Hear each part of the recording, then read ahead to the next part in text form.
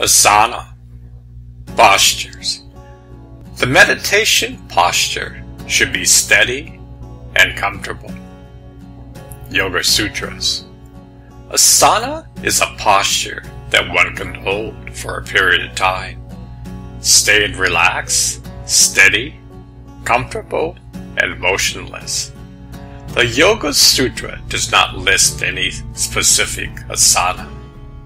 Ayana translates verse 147 of Yoga Sutra as asanas are preferred over time by relaxation of effort with a meditation on the infinite.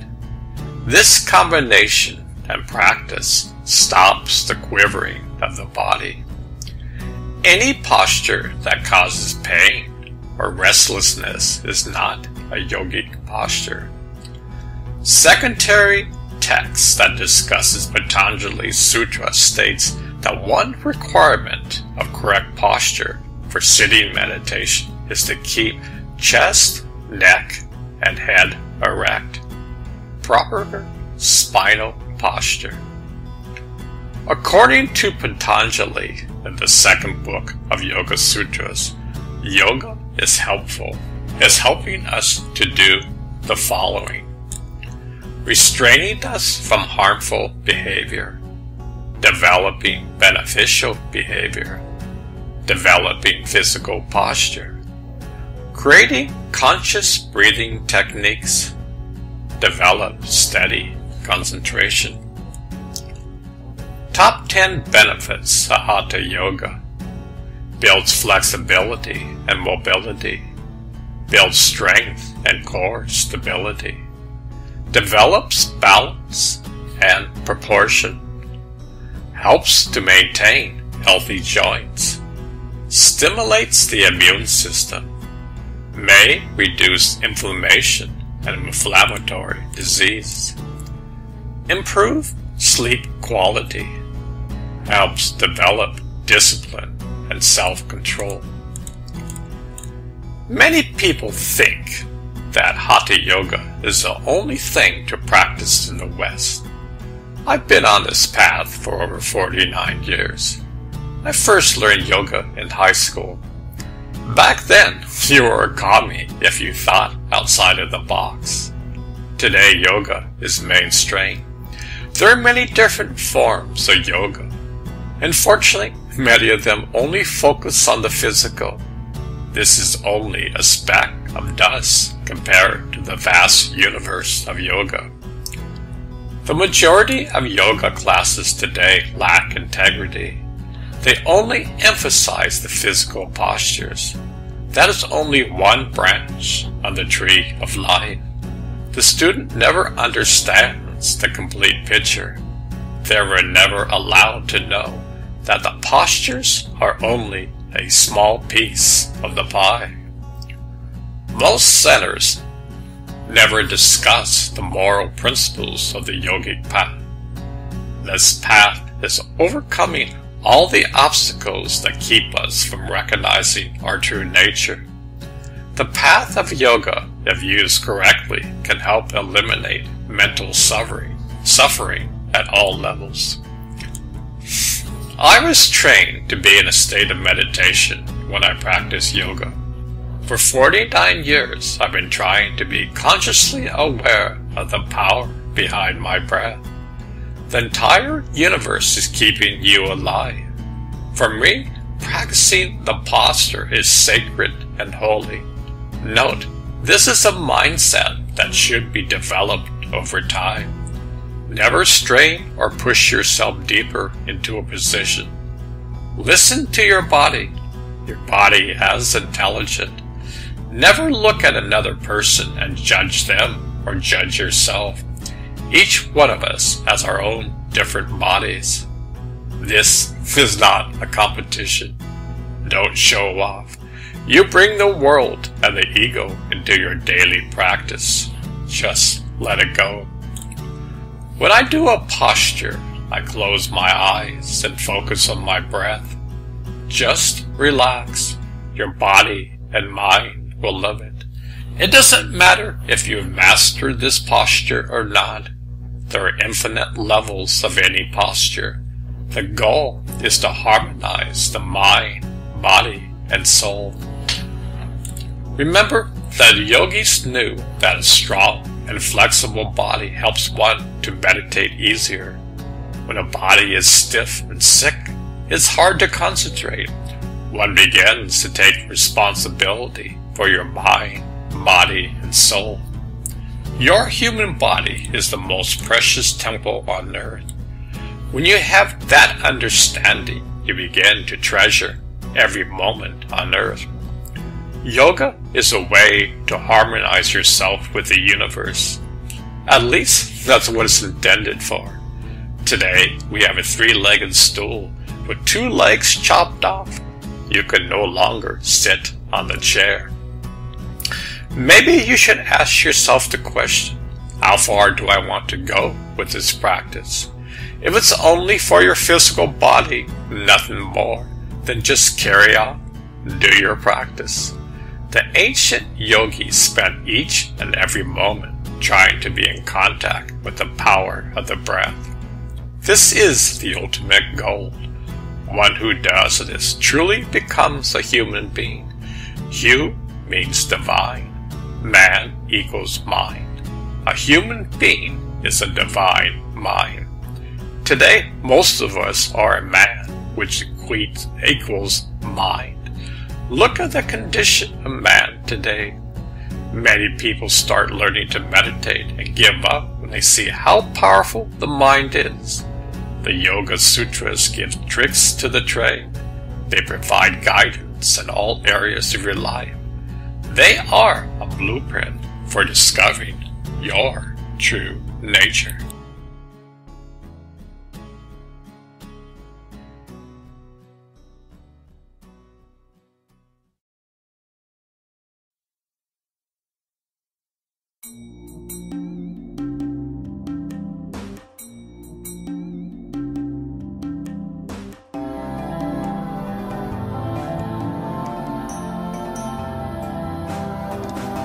Where is the temple of God?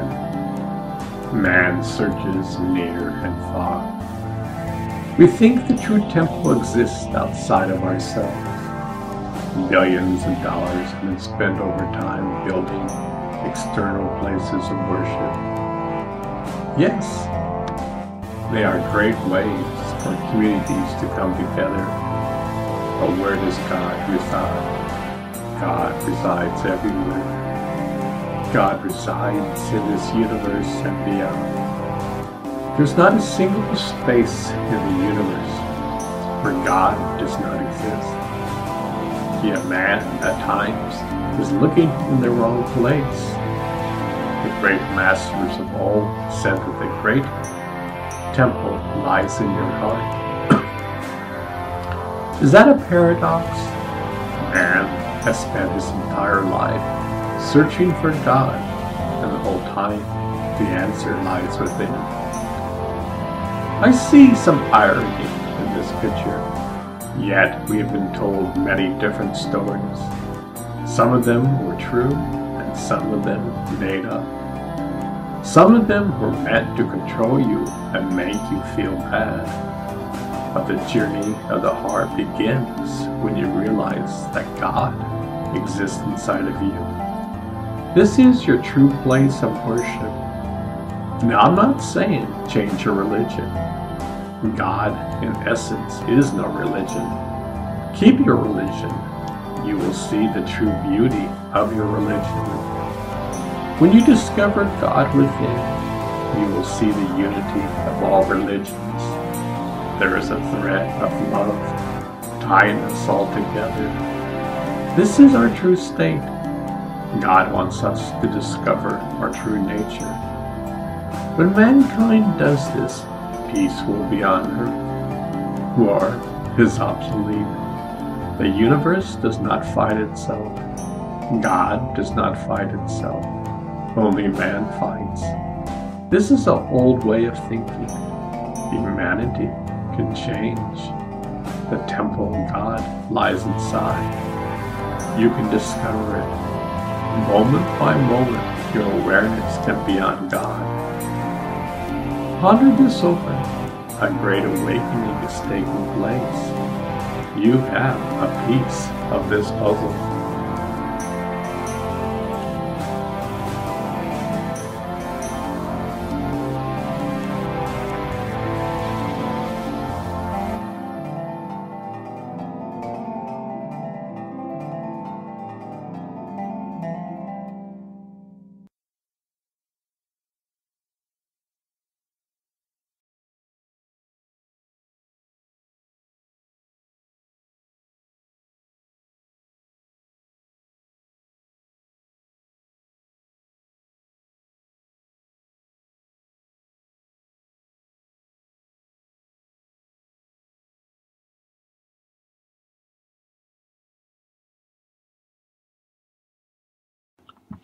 For over 5,000 years, the Indians have discovered flower petal-shaped vortexes of energy lying across 7 different areas on our spinal column.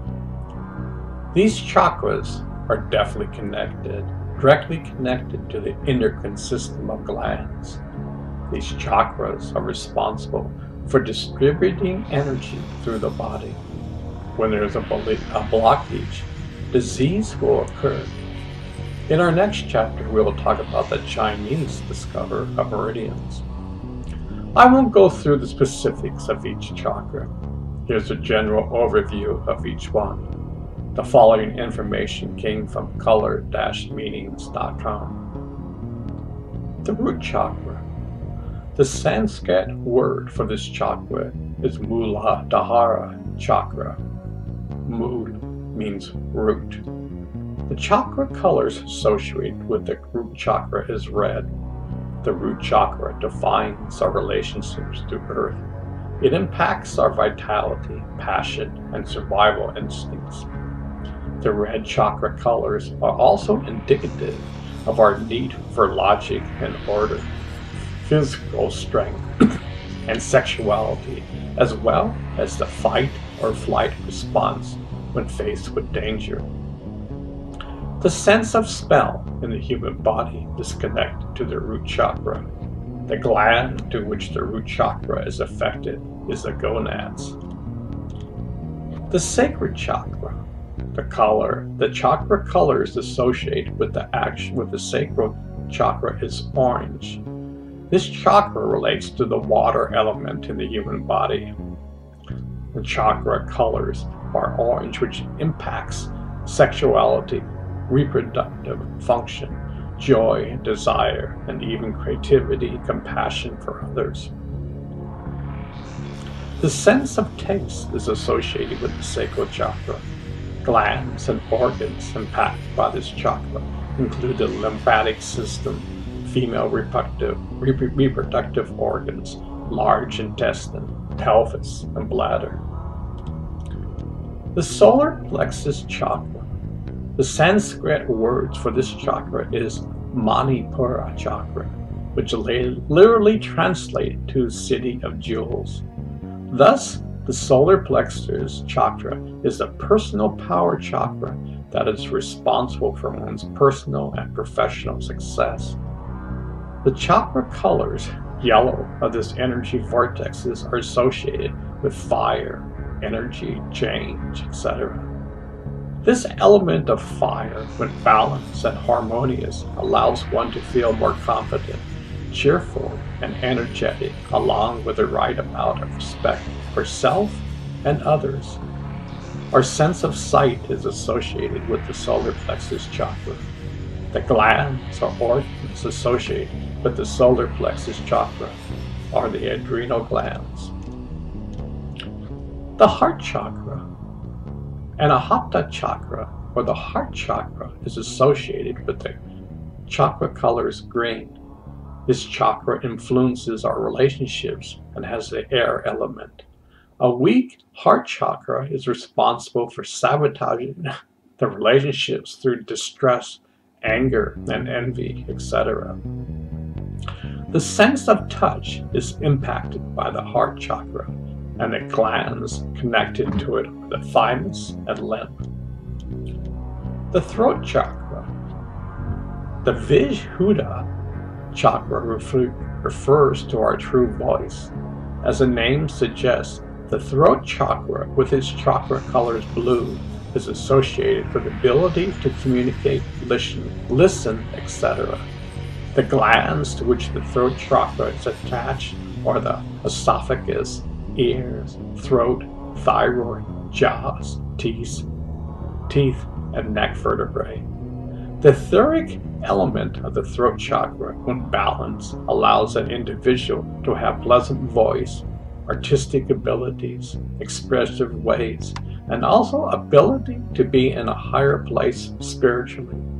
The individuals with a balanced throat chakra are able to meditate well and use their energy efficiently and artistically. The third eye chakra, the Anja chakra, literally translates to center of knowing or monitoring. This chakra is associated with the chakra colors indigo and is connected to the pineal or pituitary gland. Those with a well-balanced brow chakra can have telepathic abilities, charismatic personality, and they often do not have any fear of death. The element of electricity or telepathy, along with the chakra colors of indigo, are associated with our sense of thought. The crown chakra. This chakra is known as Sahasrara chakra in Sanskrit and is associated with the chakra colors of violet or purple. The crown chakra is associated with the pituitary gland, nervous system, and the brain and head region with its elements of light. In its balanced state, this chakra can render individuals the ability to perform miracles, transcend the laws of nature, and have a heightened awareness of death and immortality. Now, according to the great masters and mystics, the journey begins at the base of the spine. There lies the Ida and the Pingala nerve. Imagine a column called the Sushumna, which is not physical, which goes from the bottom of the spine. Here's a definition of the Sushumna from Wikipedia. Sushumna, very gracious, kind, runs along the spinal cord in the center through the 7 chakras.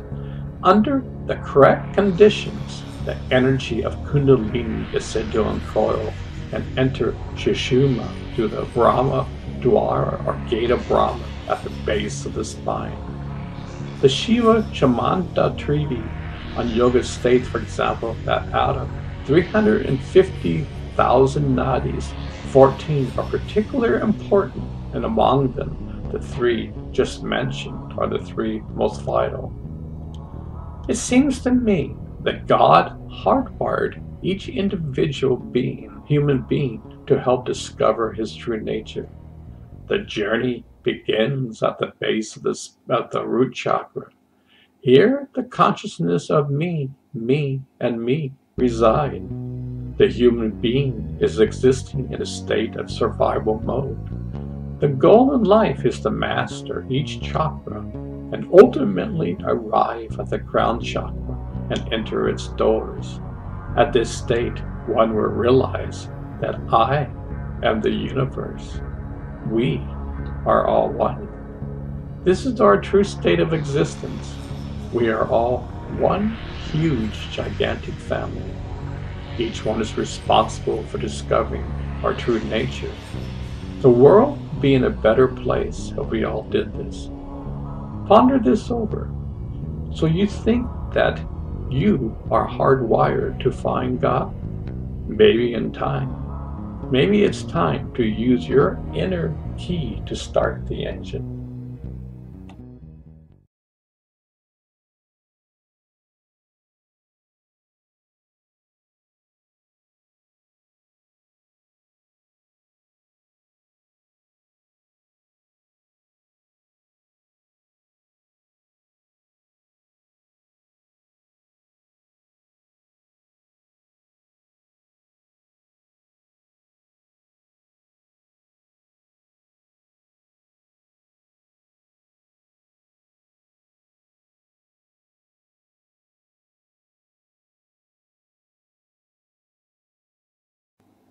Let's continue how a human being is hardwired to find God.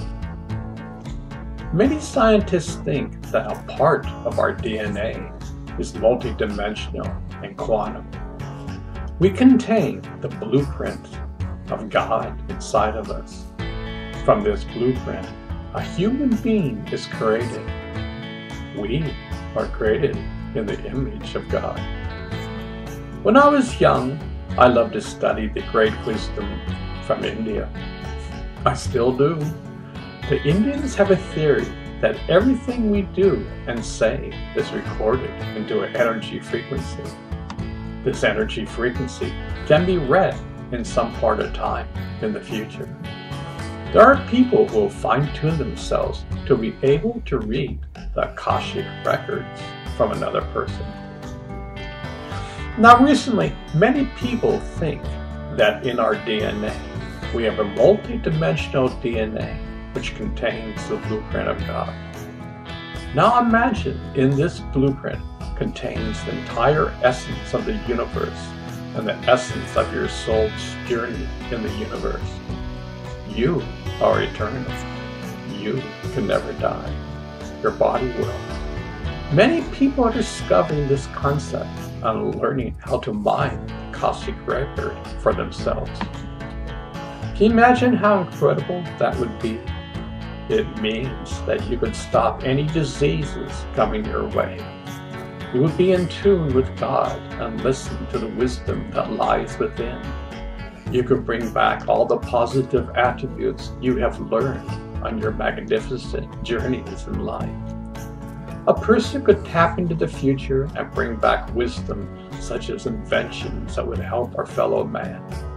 From that state, it would be easy to go from me to we. If we could consciously tap into the oneness and blueprint of the universe. As you can see, the car is sitting in the garage gathering dust. The car is meant to be driven on the freeway of life. Moment by moment, we can drive our car and gather a greater understanding of why we are alive. We spend most of our lives in a survival mode. We spend most of our times living by our habits and subconscious.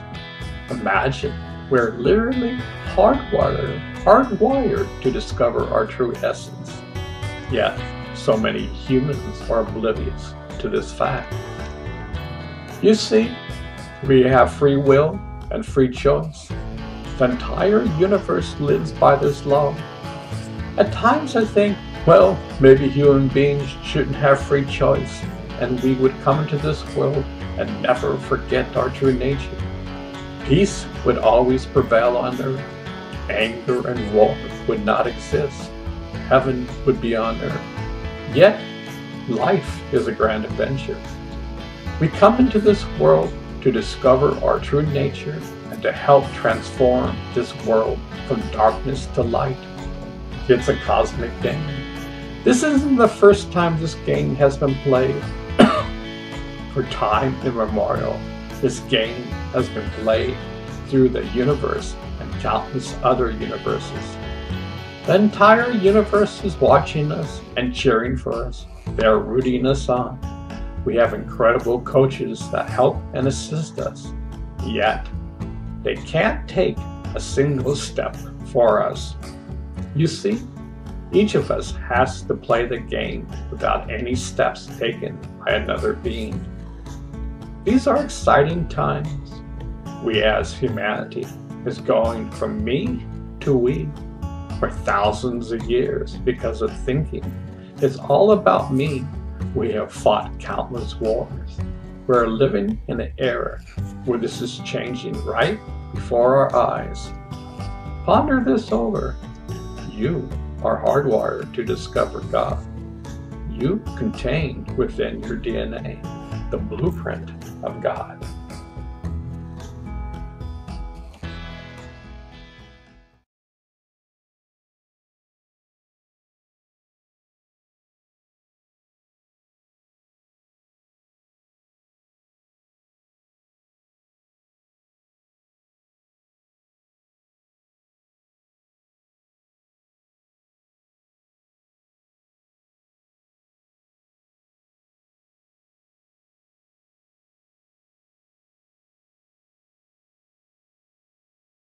We are all custom designed by God. Yesterday, I heard an interesting interview with Bruce Lipton.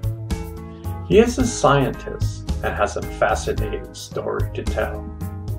He wasn't interested in God, religion, or anything spiritual. His passion was science and biology. He was studying the structure of cells. One day, he discovered that our cells have antennas embedded on the surface of the cells. We have trillions of cells, and each cell had this antenna. He thought to himself, mind you, I'm paraphrasing what he said. He asked himself, what are these antennas for? For what purpose do we have for them? In the real world, he thought of a TV set. You have an antenna which receives signals from a broadcast. You can change the channel and a different TV program will appear on the screen. At this point, it gets extremely interesting. Somehow, he has an epiphany that our awareness and consciousness is being broadcast from God or the quantum field. Each one of us has unique signatures. He realized that the body will die, yet our essence is always the same. We can never die. Our essence is eternal. To his amazement, he discovered that God exists inside of us. The treasures exist inside. We are hardwired to discover the universe within. Imagine how this took place within 5 minutes. From that point on, his goal was to discover his true nature. The clues are there in plain sight. Bruce then, as a scientist, began to use the lab within to discover his true nature. In the interview, Bruce said that some Jesuits said that, give me a child for 7 years, and I will tell you how the child will grow up. The first 7 years, a child will pick up the good, bad, and ugly. A child's brain is theta, which everything external gets sucked in from 0 to 7 years old. This goes directly into our subconscious. Now, imagine that we live our lives 98% of the time from our subconscious. Our subconscious drives our life. This means that our lives are being driven from our early childhood. While pursuing ourselves and discovering our true nature, we live most of our lives driven by our subconscious. We react like leaves blowing in the wind. Our body is so entwined with our subconscious that we react automatically without being aware. Imagine our subconscious is like a hard drive. It has tons of data stored from the ages of 0 to 7. When an event occurs, the subconscious will go instantly to the hard drive and it knows how to react. Notice, we are oblivious to what's going on. This is mankind to a T. We have been fighting for so long. The world is on fire. People flame each other on Facebook. We have a president who tweets whatever comes to his mind. Humanity is on the verge of a major breakthrough.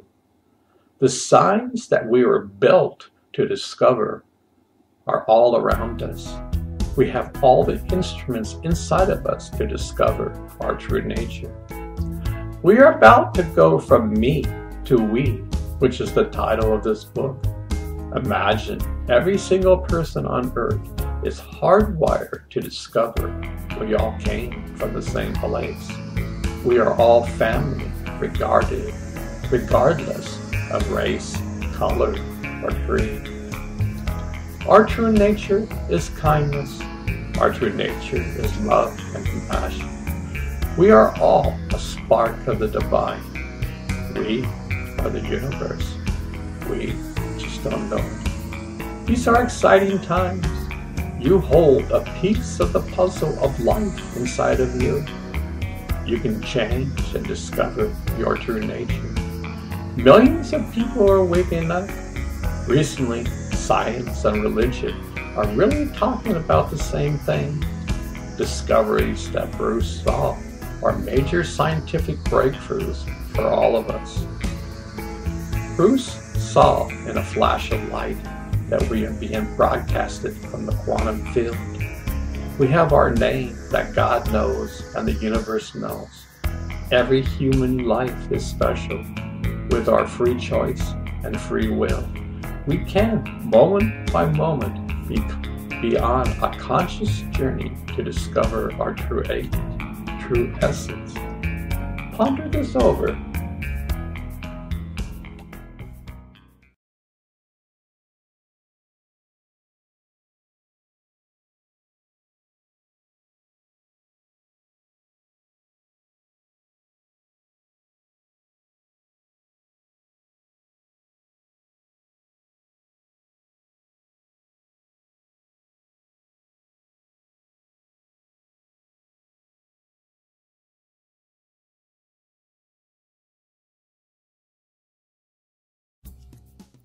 Endocrine system. The following information came from Wikipedia. The endocrine system is a chemical messenger system comprising feedback loops of hormones released by internal glands of our organism directly into the circulatory system, regulating distant target organs. Our hormone is any of a class of signaling molecules produced by glands in multicellular organisms that are transported by the circular system to target distant organs to regulate physiology and behavior. Hormones have diverse chemical structures, mainly of three classes: echosteroids, steroids, and amino acid protein derivatives, amines, peptides, and proteins. The gland that secretes hormones comprise the endocrine systems. Hormones are used to communicate between organs and tissues for psychological regulation and behavior activities such as digestion, metabolism, respiration, tissue function, sensory perception, sleep, excretion, lactation, stress, growth and development, movement, reproduction, and mood. Hormones affect distant cells by binding to specific receptor proteins in the target cell, resulting in change in cell function. This may lead to cell-type specific responses that include rapid changes to the activity of existing proteins or slower changes in the expression of target genes. Amino acid hormones, amines, and peptides or protein hormones are water-soluble and act on the surface of target cells via signal transduction pathways. Steroid hormones, being lipid-soluble, move through the plasma membranes of target cells to act within their nuclei. Endocrine glands are glands of the endocrine system that secrete their products' hormones directly into interstitial spaces and then absorbed into blood rather than through a duct. The major glands of the endocrine system include the pineal gland, pituitary gland, pancreas, ovaries, testes, thyroid gland, and parathyroid gland, hypothalamus, and adrenal glands. The hypothalamus and pituitary glands are neuroendocrine organs. The hypothalamus gland. The hypothalamus is a portion of the brain that contains a number of small nuclei with a variety of functions. One of the most important functions of the hypothalamus is to link the nervous system into the endocrine system via the pituitary gland. The hypothalamus is located below the thalamus and is part of the limbic system. In the terminology of neuroanatomy, it forms the ventral part of the diencephalon. All vertebrate brains contain a hypothalamus. In humans, it is the size of an almond. The hypothalamus is responsible for the regulation of certain metabolic processes and other activities of the autonomic nervous system. It synthesizes and secretes certain neuromorphines called releasing hormones or hypothalamic hormones, and those in turn stimulate or inhibit the secretion of hormones from the pituitary gland. The hypothalamus controls body temperature, hunger, important aspects of parenting and attachment behaviors, thirst, fatigue, sleep, and circadian rhythms. Pituitary gland. The pituitary gland is a pea-sized gland that sits in protective bony enclosure called the cilia turcica, Turkish chair saddle. It is comprised of 3 lobes, the anterior, intermediate, and posterior lobes. In many animals, these lobes are distinct. However, in humans, the intermediate lobe is but a few cell layers thick and indistinct. As a result, it is often considered as part of the anterior pituitary. In all animals, the fleshy, glandular, anterior pituitary is distinct from the neural composition of the posterior pituitary. Pineal gland. The pineal gland is a small endocrine gland in the brain of most vertebrates. The pineal gland produces melatonin, a serotonin-derived hormone which modulates sleep patterns in both circadian and seasonal cycles. The shape of the gland resembles a pine cone from which it derives its name.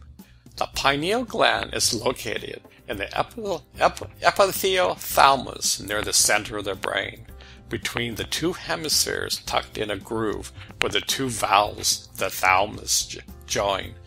The pineal gland is one of the neuroendocrine secretory circumventricular organs that are not part of the blood-brain barrier. Nearly all vertebrate species possess a pineal gland. The results of various scientific research in evolution biology, comparative neuroanatomy, and neurophysiology has explained the phylogeny of the pineal gland in different vertebrate species. From the point of view of biological evolution, the pineal gland represents a kind of atrophied photoreceptor. In the epithalamus of some species of amphibians and reptiles is linked to a light-sensitive organ, also known as the partial eye, which is also called the pineal eye or third eye. René Descartes believed the human pineal gland to be the principal seat of the soul. Academic philosophy among his contemporaries considered the pineal gland as a neuroanatomical structure without special metaphysical qualities. Science studied it as one of the major endocrine glands among many. 17th century philosopher and scientist René Descartes was highly interested in anatomy and physiology. He discussed the pineal gland both in his first book, The Treatise of Man, written before 1637, and his last book, The Passions of the Soul, and he regarded it as the principal seat of the soul and the place in which our thoughts are formed. In The Treatise of Man, Descartes described conceptual models of man, namely creatures created by God, which consist of 2 ingredients, a body and a soul. In the Passions, Descartes split man into a body and a soul, and emphasized that the soul is joined to the whole body by a certain very small gland situated in the middle of the brain substance and suspended above the passage through which the spirits in the brain anterior cavities communicate with those in its posterior cavities. In the late 19th century, Madame Blavatsky, who founded Theosophy, identified the pineal gland with the Hindu concept of the third eye, or the Anja chakra. This association is still popular today. Rick Strassman, an author and clinical associate professor of psychiatry at the University of New Mexico School of Medicine, has theorized that the human pineal gland is capable of producing the hallucinogenic drug DMT under certain circumstances. In 2013, he and researchers first reported DMT in the pineal gland of rodents. Thyroid gland. The thyroid gland, or simply the thyroid, is an endocrine gland in the neck consisting of two lobes connected by an isthmus. It is found at the front of the neck, below the Adam's apple.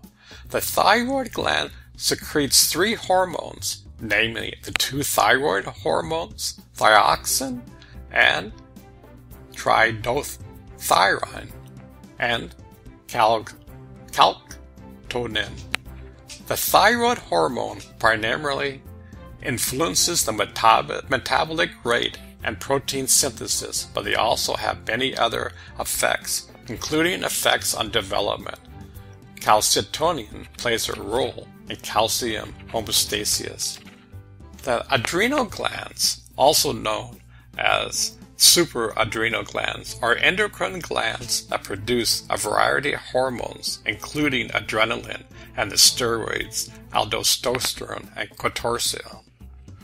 They are found above the kidneys. Each gland has an outer cortex which produces steroid hormones and an inner medulla.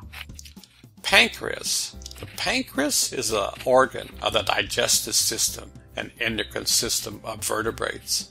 In humans, it is located in the abdomen behind the stomach. The pancreas is a gland having both an endocrine and a digestive excorian function. As an endocrine gland, it functions mostly to regulate blood sugar levels, secreting the hormones insulin, glucagon, somatostatin, and pancreatic polypeptides. As a part of the digestive system, it secretes pancreatic juice into the duodenum through the pancreatic duct. This juice contains bicarbonate, which neutralizes acid entering the duodenum from the stomach, and digestive enzymes, which breaks down carbohydrates, proteins, and fats and entering the duodenum from the stomach. Ovaries. The ovary is an organ found in the female reproductive system that produces an ovum. When released, this travels down the fallopian tube into the uterus, where it becomes fertilized by a sperm. There is an ovary, from Latin ovium, meaning egg, nut, found on the left and right side of the body. The ovaries also secrete hormones that play in the menstrual cycle and fertility. The ovary progress through many stages, beginning in the prenatal period through menopause. It is an endocrine gland because of the various hormones that it secretes. Testes. Testes, or testicle, or testis, is the male reproductive gland or gonad in all animals, including humans. It is homologous to the female ovary.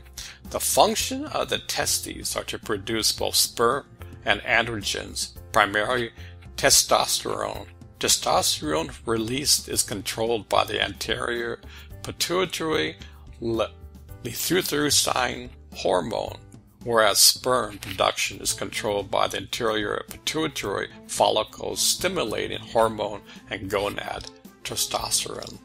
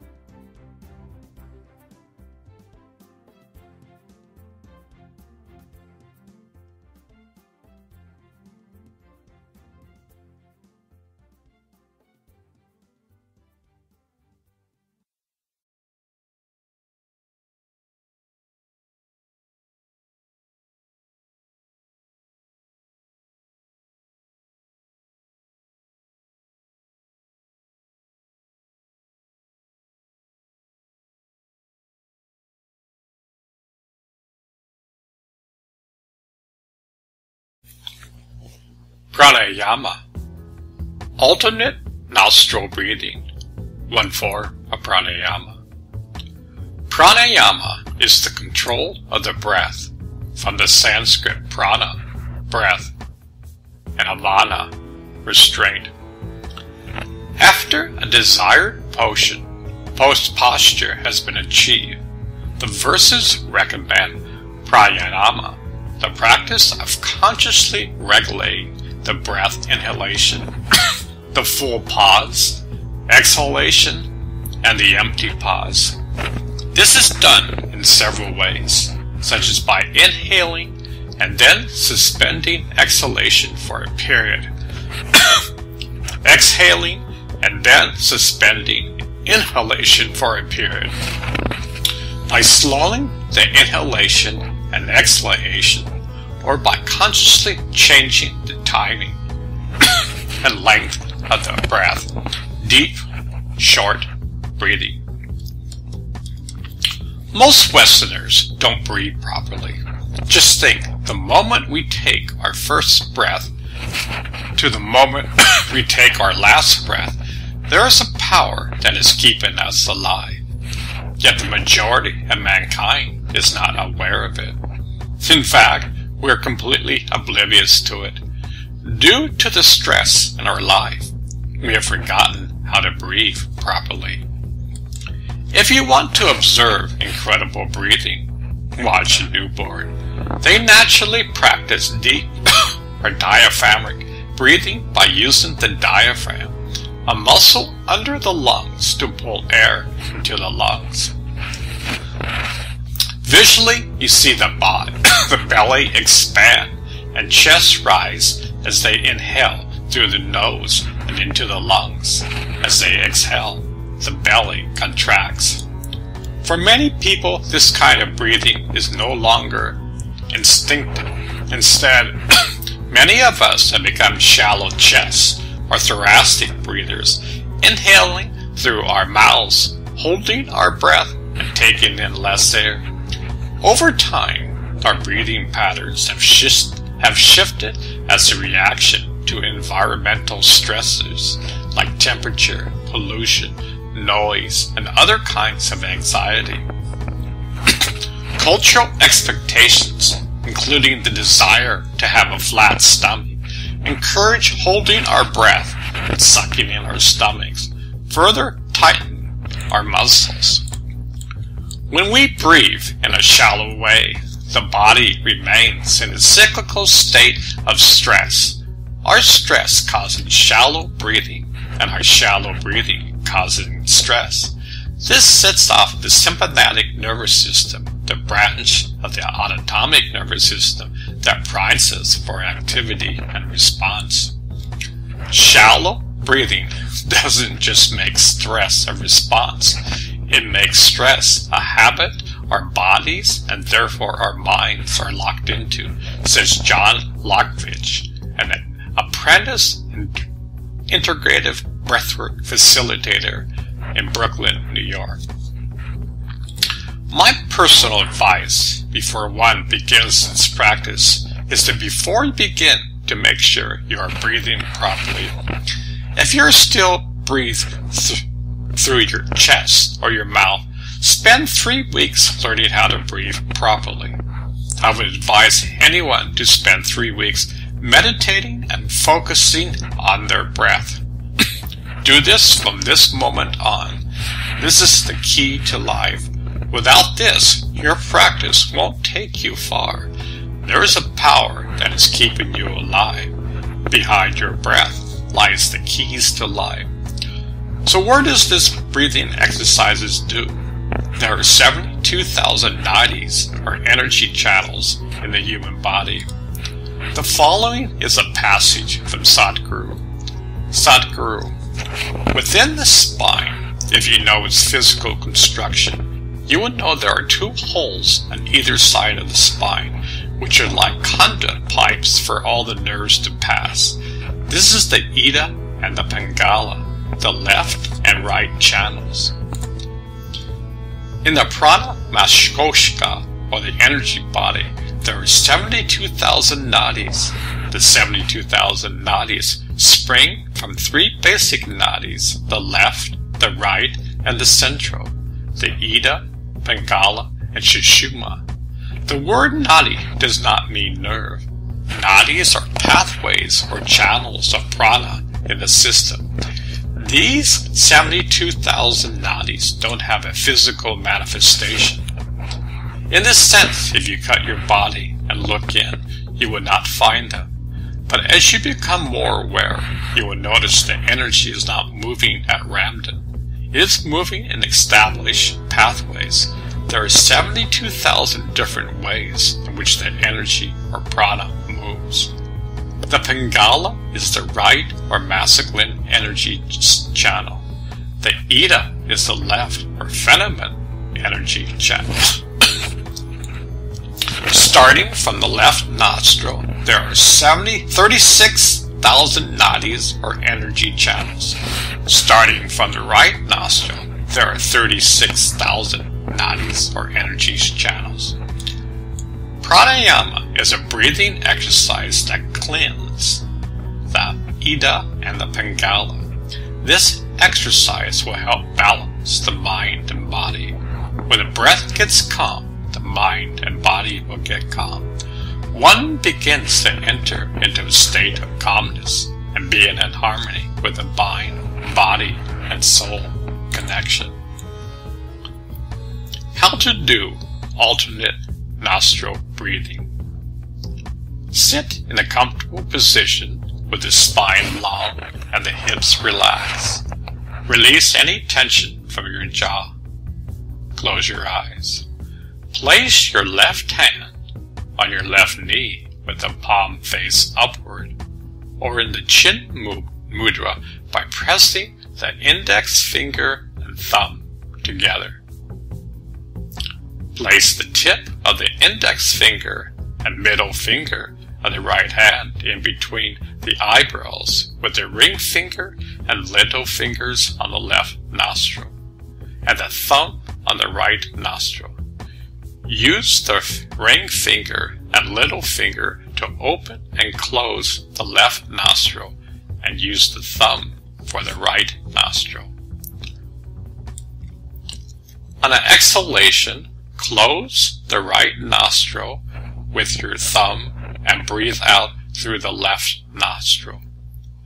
Breathe in through the left nostril and then close with the ring finger.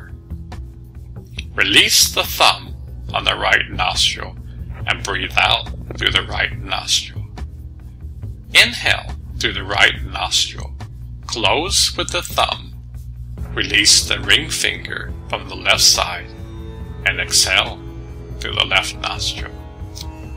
These two full breaths are called one round of alternate nostril breath. Perform 5 to 9 rounds of this alternating breath between the nostrils. Remember to always inhale through the same nostril you just exhaled through. There are many variations of this technique. Some hold their breath between breaths. Mind you should never use force. Breathe naturally. Over time, the breath will be sweet and calm.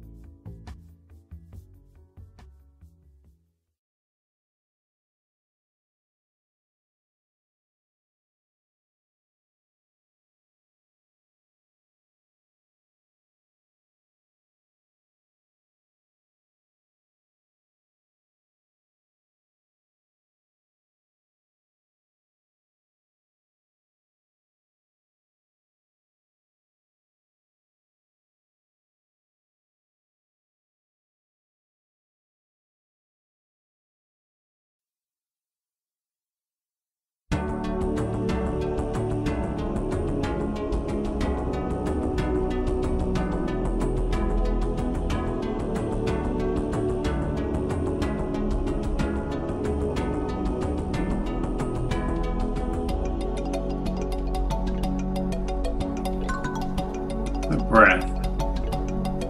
It's kind of sad. The majority of mankind takes the breath for granted. Yes, we breathe in and breathe out. That's so common to us. We do this in each and every moment. What could be more common? We all breathe. Yet behind our breath is a power that keeps the entire universe alive. You are the universe. You just don't know. The power behind your breath is keeping you alive.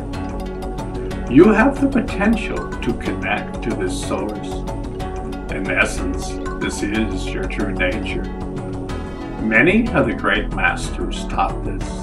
They taught to meditate upon your breath. It takes baby steps. At first, you may not seem to feel or see anything. Have patience. The mind is like a tuning fork. It takes time to tune in to the frequencies of life. This frequency is pure love. Day by day, simply follow your breath. Year by year, simply follow your breath. Decade by decade, simply follow your breath. Your breath will set you free. Your breath will reveal your true nature while you are alive. I know it sounds so simple. It is. Yet we make life so complicated. The truth can be there all the time. Yet we are trained to look outside of ourselves. The jewel has always been hidden under our pillow. This is where God hides, inside of you. This is the greatest hide-and-seek game. Ponder the soul. You can solve this puzzle.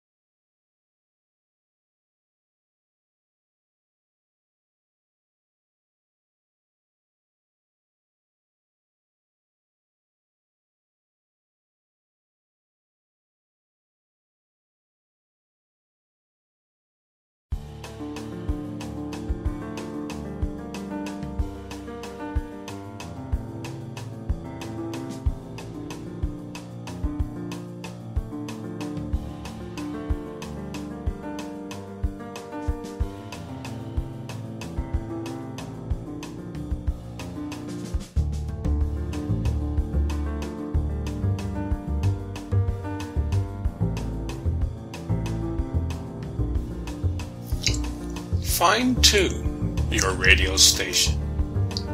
You're listening to an old station. This station is reinforcing all your bad habits. There's a signal from God and the universe that is playing. Listen to KGOD. This signal is broadcasted from within. It is clear and constant. You just have to tune your mind to this signal. In each and every breath you take, fine-tune your inner radio to this signal. All the great masters have said that the kingdom of heaven lies within. This is probably the most practical thing you can do for yourself. What is keeping you alive? The more you concentrate on this signal, the more powerful and clear it will be. This is your true nature. This signal is like a magnet. It draws kindness, love, and compassion to you. It's like taking a shower of love.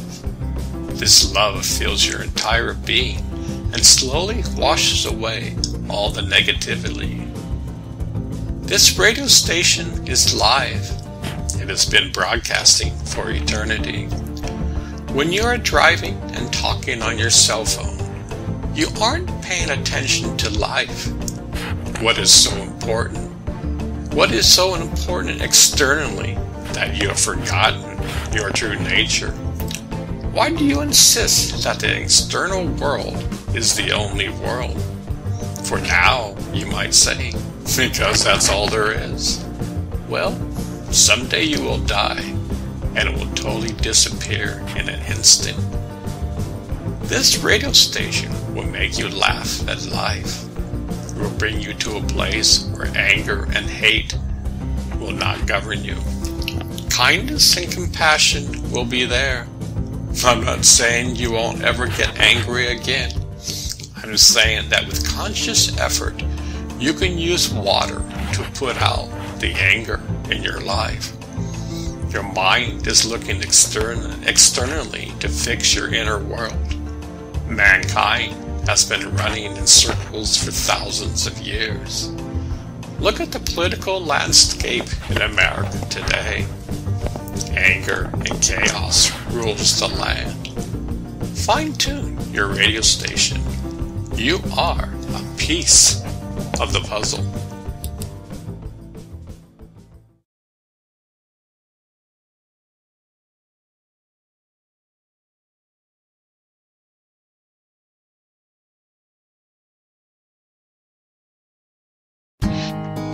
I have studied meditation for fun for a very long time. I have learned the following. Just like we have 5 external senses to be in this world, we have 5 internal senses to be in God's world.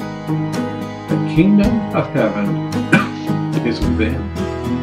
We are born to be hardwired with God. There is so much of God just contained in our DNA. We were created to experience so much more than what we have.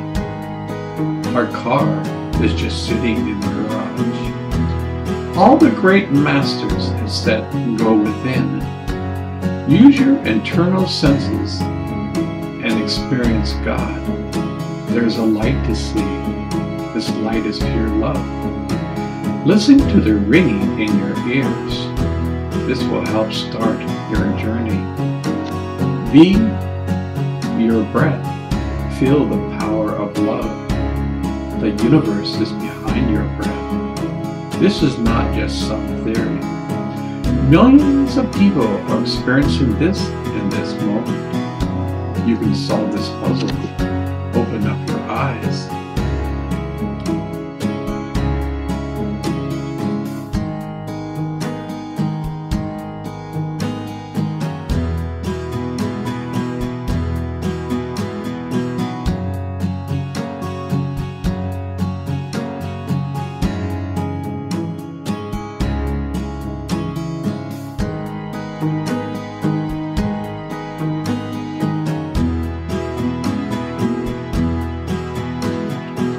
I don't know why people pass this up. We are all searching for happiness externally. We get glimpses of happiness, yet it disappears like a thief in the night. There is no conversion or convincing. The facts are laid out. The kingdom of heaven is within. It doesn't matter if you follow religion or not. The facts are laid out. The kingdom of heaven lies within. It doesn't matter your background. Nobody cares about your race. We are one after all. All we are saying is your car is sitting in your garage getting dusty. You have the opportunity to take your car for a spin. Become a race car driver. Your car was meant to be driven.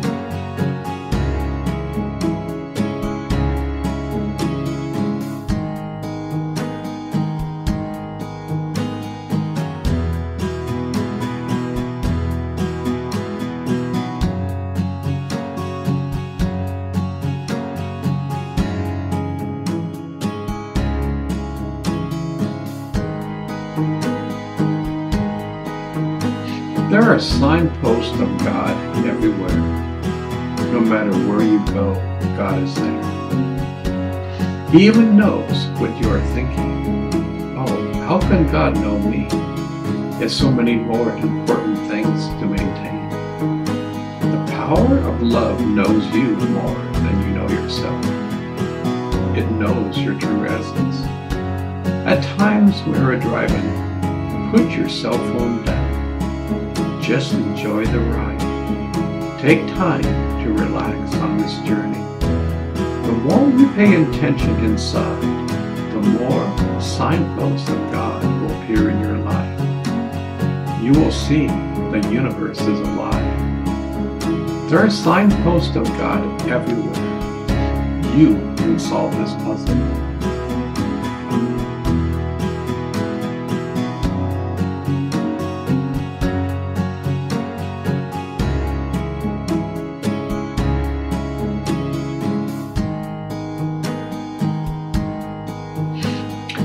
It's time for a new act.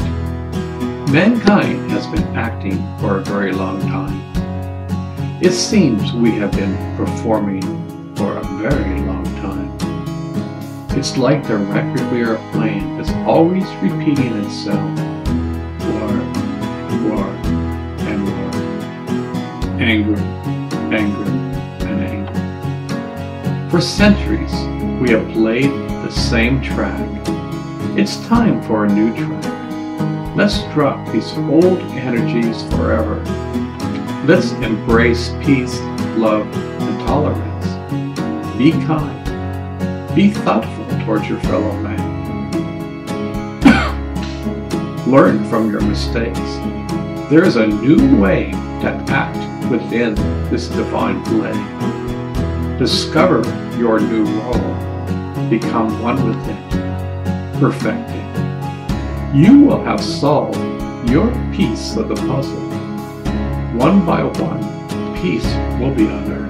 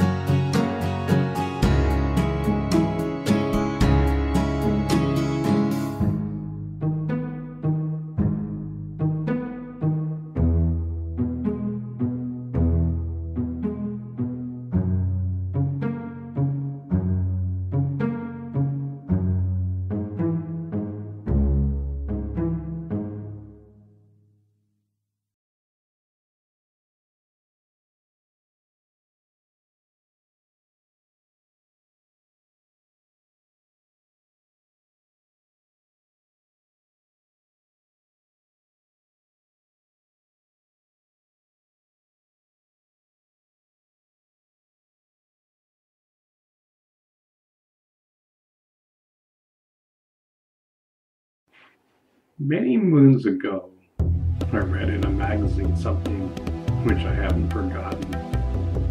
The magazine was interviewing a scientist.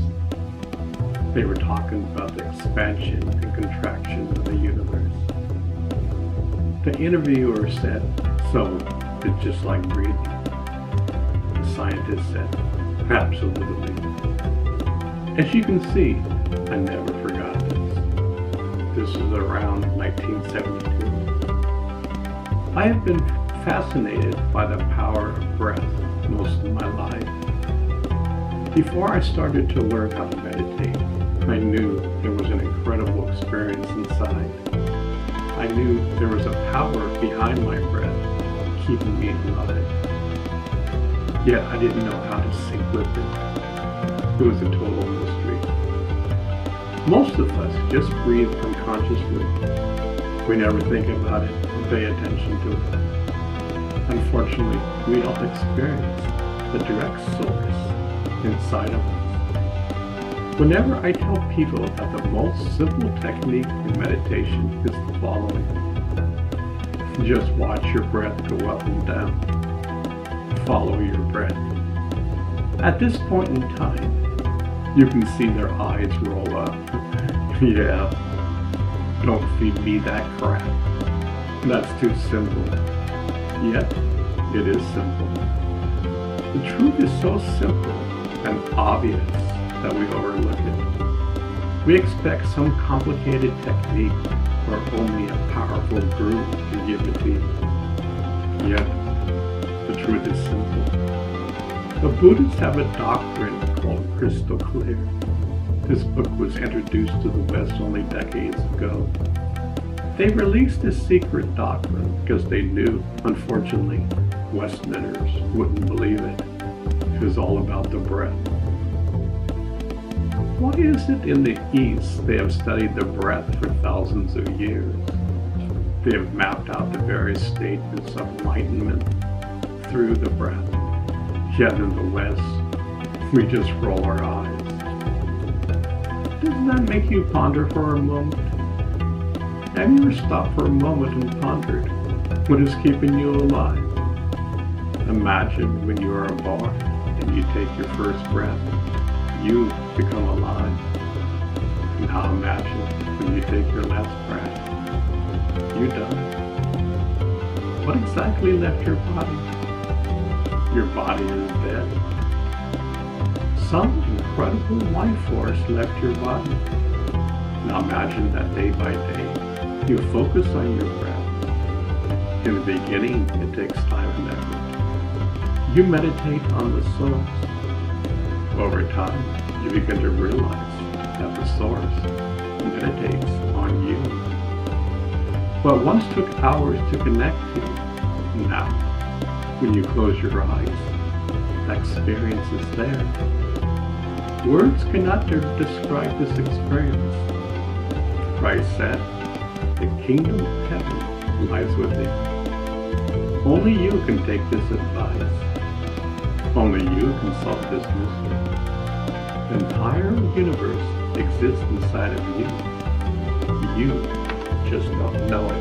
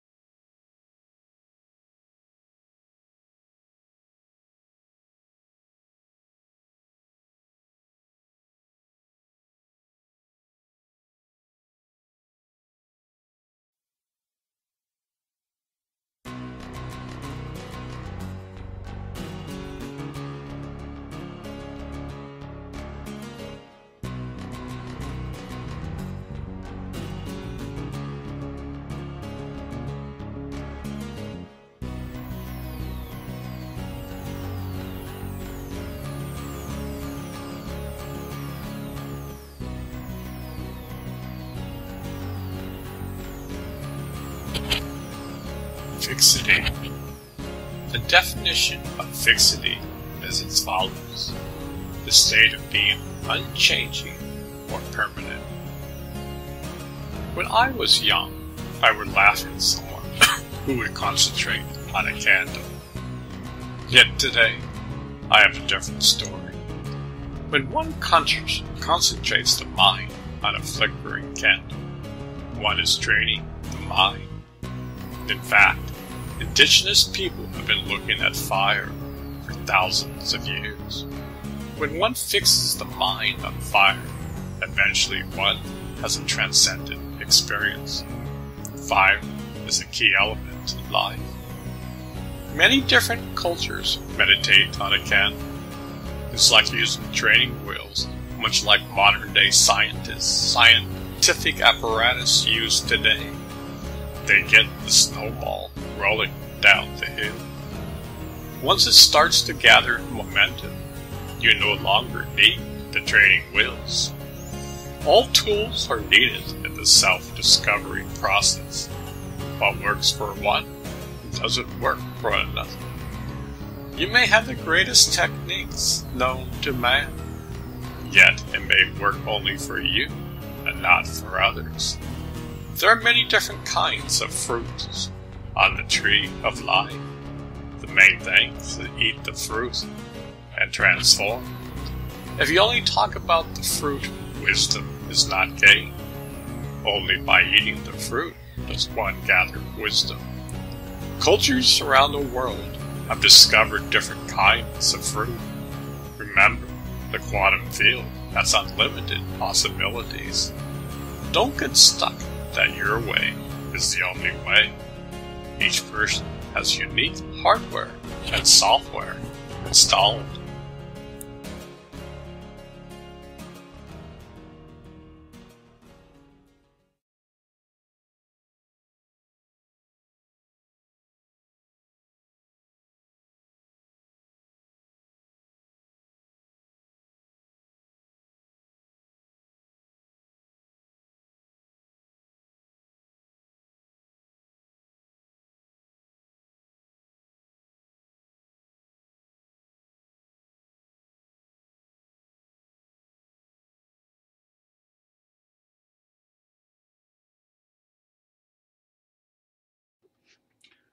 When I worked for the observatory in Maui, we had to recalibrate many instruments in order for them to work properly.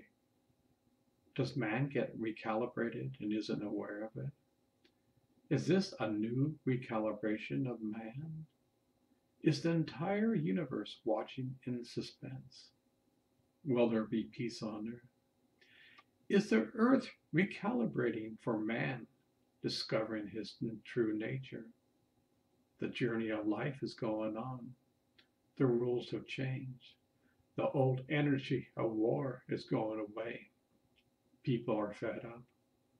Watch the recalibration of man. We will bring peace to this planet.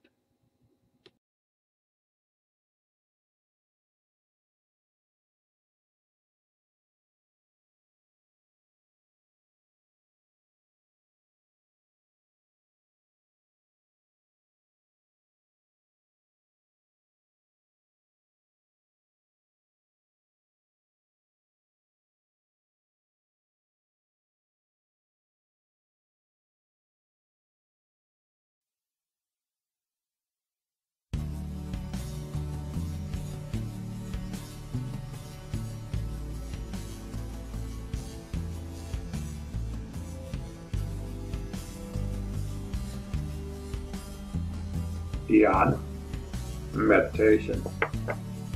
Dhyana, Sanskrit, literally means contemplation, reflection, and profound abstract meditation.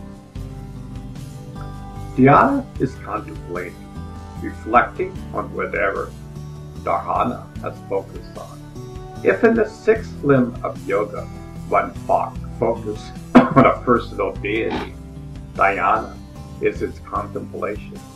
If the concentration was on one object, dhyana is non-judgmental, non-presumptuous observation of that object. If the focus was on concept ideas, dhyana is contemplating that concept idea in all its aspects, forms, and consequences. Dhyana is an uninterrupted train of thought, current of cognition, flow of awareness. Dhyana is integrated, related to dhyana. One leads to another. Dhyana is a state of mind. Dhyana, the process of mind. Dhyana is distinct from dhyana in that the meditator is actively engaged with its focus. Patanjali defines concentration, dhyana, as the mind process, where the mind is fixed on something. And then there's a course of uniform modification of knowledge. Adi Shankara, in his commentary on Yoga Sutras, distinguishes dhyana from dhyana by explaining dhyana as a yoga state where there is only the stream of continuous thought about the object, uninterrupted by other thoughts or different kinds for the same object. Dhyana states Shankara is focused on one object, but aware of its many aspects of idea about the same object. Shankara gives example of a yogi in a state of dhyana on morning sun may be aware of its brilliance, colors, and orbit.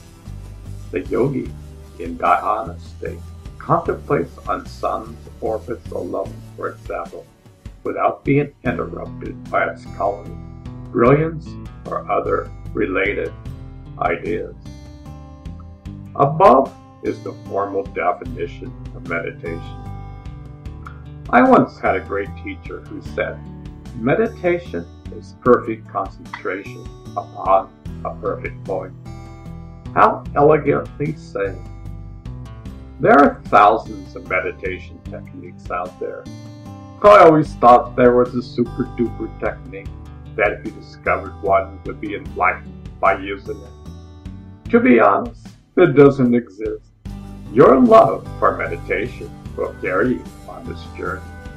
Your determination and power will carry you on this journey. Your moment to moment, day by day, year by year, conscious practice will carry you on this journey. When you stop meditating for yourself and meditate for the oneness of humanity, one becomes a mature meditator. We are going from the consciousness and awareness of me to we. For thousands of years, the separation of the me has been the downfall of man. We no longer live in harmony with nature and God. Many people are obsessed with their own life that they can't see the forest from the trees. We are all in the same boat sailing home together. Meditation brings the awareness that we are all one. Meditation is not a chore like brushing your teeth. If you have that attitude, your experience of life and meditation will be mundane. You will get bored and maybe eventually give up. You are the universe. You just don't know it. This sums up the meditation experience. You have the hardware and software inside of you. Don't get limitations and concepts about what society says. They will say this is a figure of your imagination. Read my Heart of Gold chapters or listen to the audio. You will see for thousands of years, mankind has been spoken about the same thing. They may use different languages, yet the essence is the same. Every moment, love the breath that is keeping you alive. Be conscious and aware of the power behind your breath. That is the main key in life.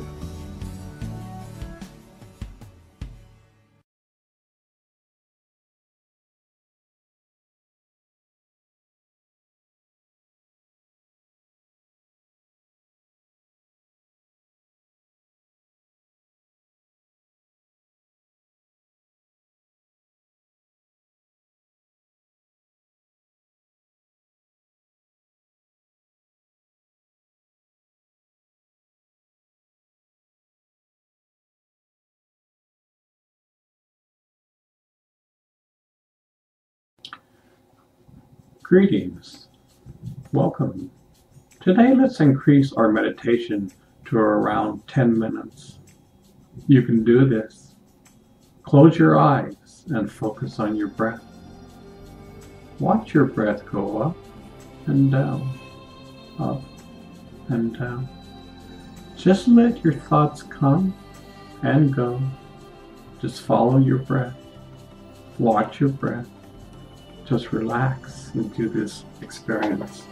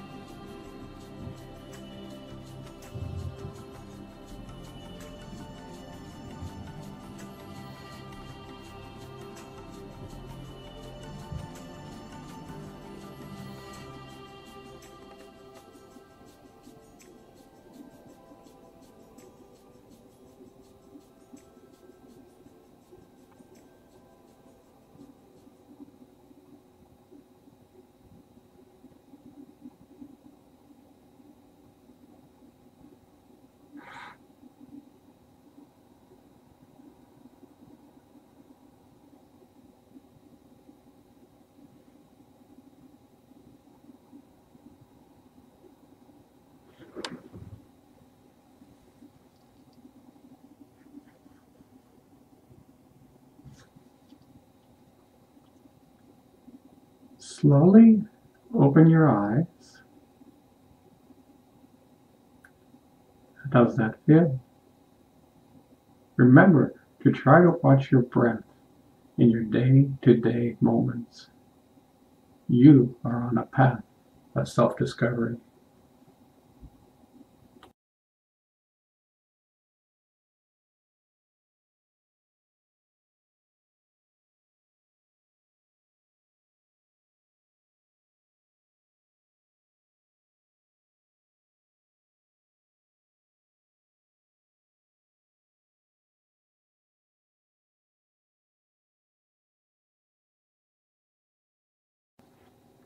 Greetings. Welcome. Today we're going to talk about a mantra called Anima. Anima is a vibration that exists in this world and the multidimensional world. It is the smallest of the small. Supposedly a yogi, when mastering this thing, can shrink himself to the point of being as small as an atom. This is a very powerful mantra, even without acquiring this ability. Just the ability to tap into the multidimensional world is good enough for me. To start, close your eyes. Place your attention on your third eye. Mentally repeat Anima, just like this. Anima, Anima, Anima. When thoughts come, just let them go. Bring your awareness to Anima. This technique is super simple. Now let's practice this together. Close your eyes. Focus on your third eye. Mentally repeat Anima, Anima, Anima, Anima.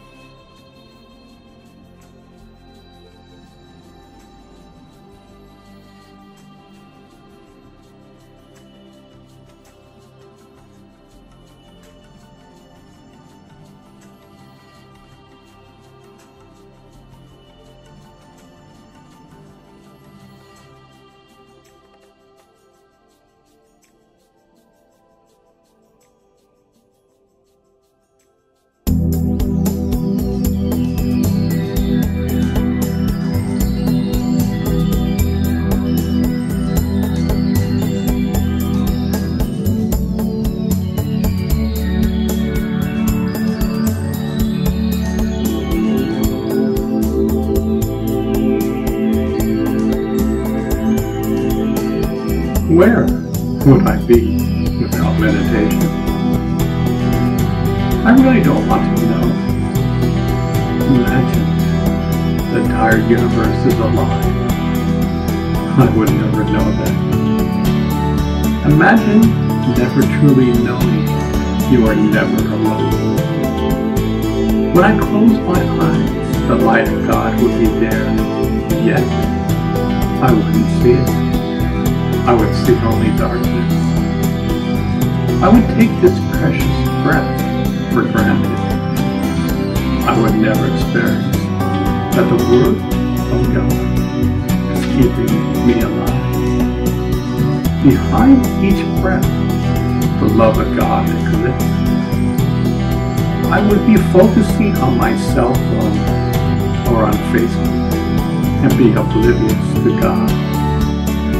I would never know that God is my friend and coach. He is on the sidelines watching the game. He will never play for us, but His presence permeates the game. He will never get angry or yell at us. I would never know that if I didn't meditate. Prayer is when you talk to God. Meditation is when God talks to you without any words. I can't imagine how painful that would be to the soul. And each and every action, we are looking for God. Meditation allows us to experience the God within. Before I started to meditate, I felt lost. I didn't know how to find myself. I knew the door existed within, yet I didn't know how to open the door. Fortunately, in this present day, you can open up your door within. Just use your intent and open the door within. Concentrate on your breath. This is the key. Moment by moment, place your mind on your breath. Whatever action you are doing, place your mind on your breath. When you have free time, close your eyes and follow your breath. This is the keys to the kingdom of heaven. All the major meditation traditions say the same. Behind your breath lies the entire universe. You are the sun, moon, and stars. You just don't know it.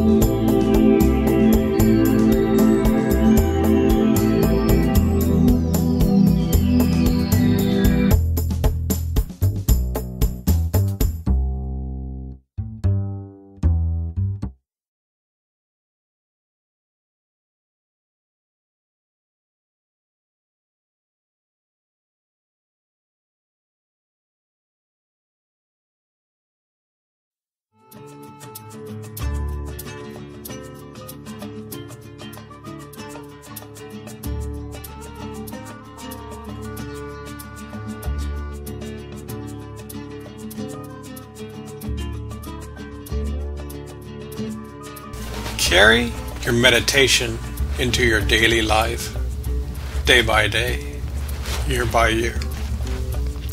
Each and every time you meditate, allow the experience to flow into your daily activities. Meditation isn't only when you sit down. Meditation over time brings you to a point where it is constant. In the beginning, you try to meditate on the source within. Over time, the source begins to meditate on you. No words can describe how beautiful this is. You are not alone. Something is keeping you alive. We have been magnetized in love. This is our true nature.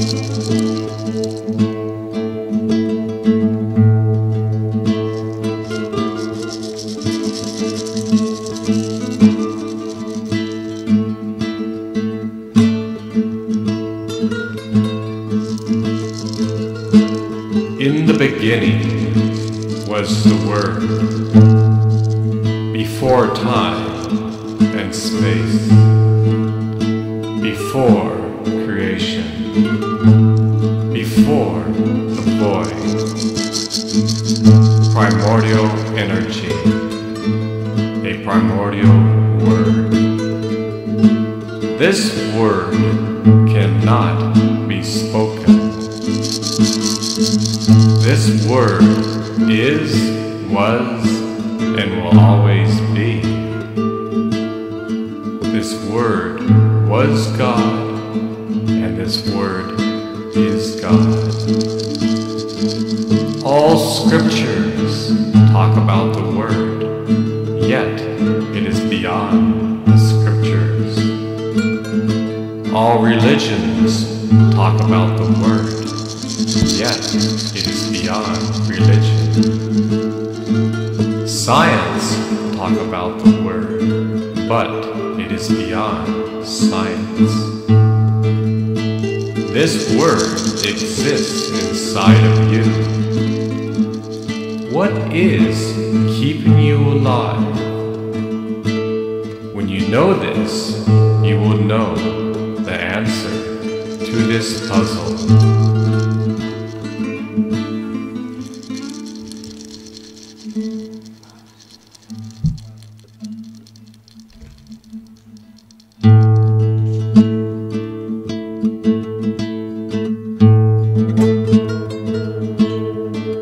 Have you ever wondered about the common denominator of all religions?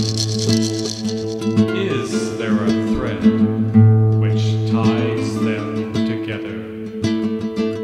They all believe in some force that is universal, beyond time and space, is, was, and will always be.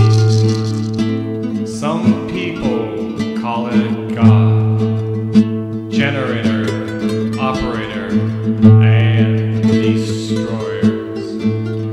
The Hindus might say Brahma, Vishnu, and Shiva. For the Buddhists, it's Nirvana. For the modern scientist, it's energy.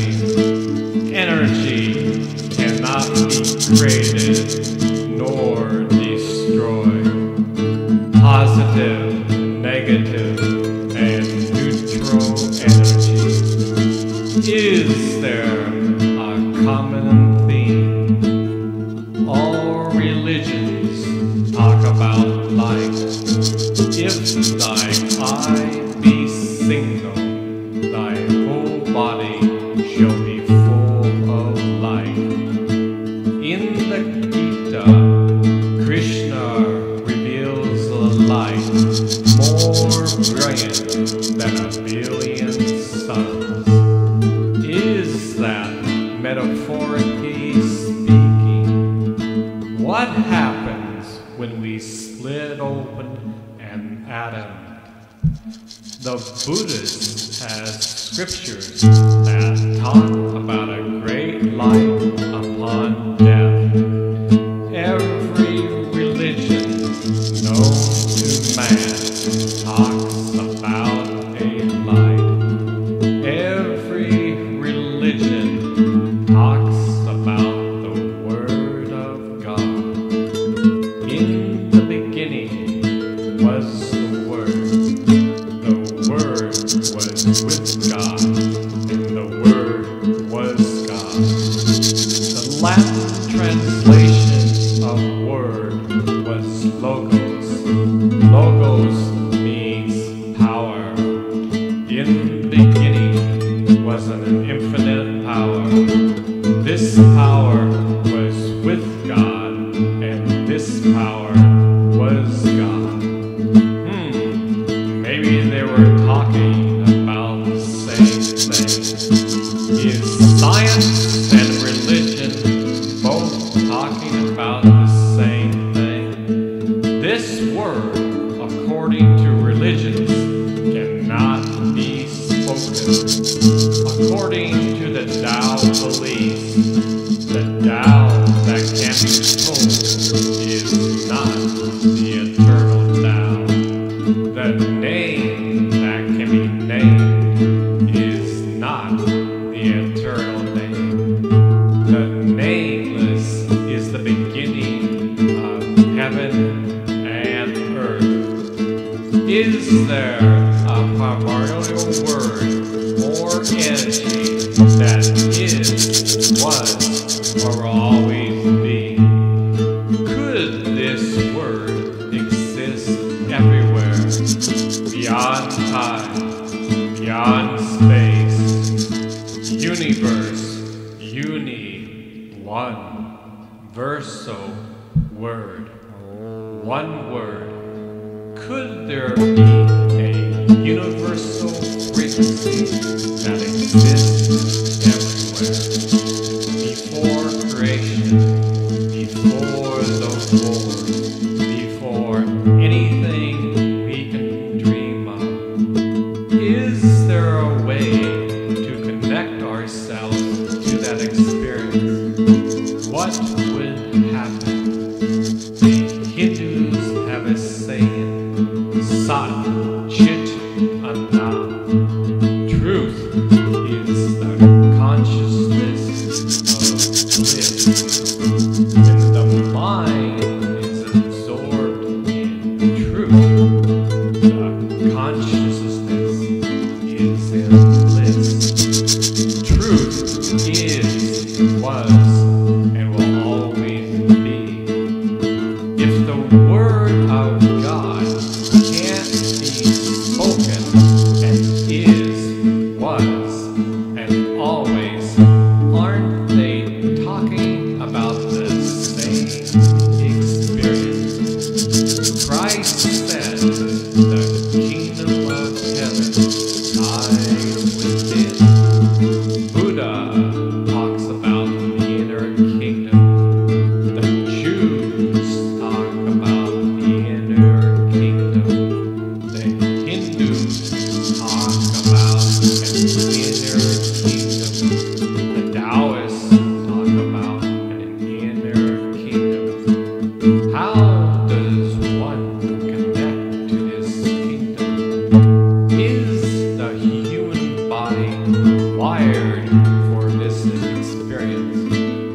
If we are created in the image of our Father, I think He would wire us properly. Human beings, human, divine, man, being. Maybe all religions were talking about the same experience. Since the advent of the nuclear age, man has discovered that everything has a frequency. We are not just matter. Energy vibrates at a frequency. It creates sound. Could it be that all religions are trying to find the sound of God through their chants, mantras, and prayers? Could these sounds act like a tuning fork which can transform man? What would happen to man if he could vibrate at an infinite frequency? The Buddhists call this nirvana, or being enlightened. The Hindus call this samadhi, or liberation. The Christians call this salvation. All religions talk about this as music, music of the spheres, inner music. Does this music exist inside? So far, we have an infinite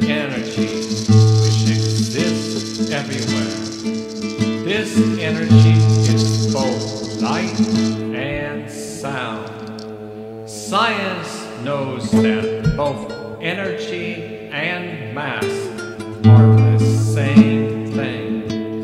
Is there a pure mass which is contained in the whole universe? Is there something that contains inside of you and me? All religions talk about this in abstract ways. Christ talked about manna, the honey of life. The Hindus talked about nectar. Kabir, a famous poet, talks about how one drop of this nectar can make a man totally intoxicated. All wisdom and knowledge exist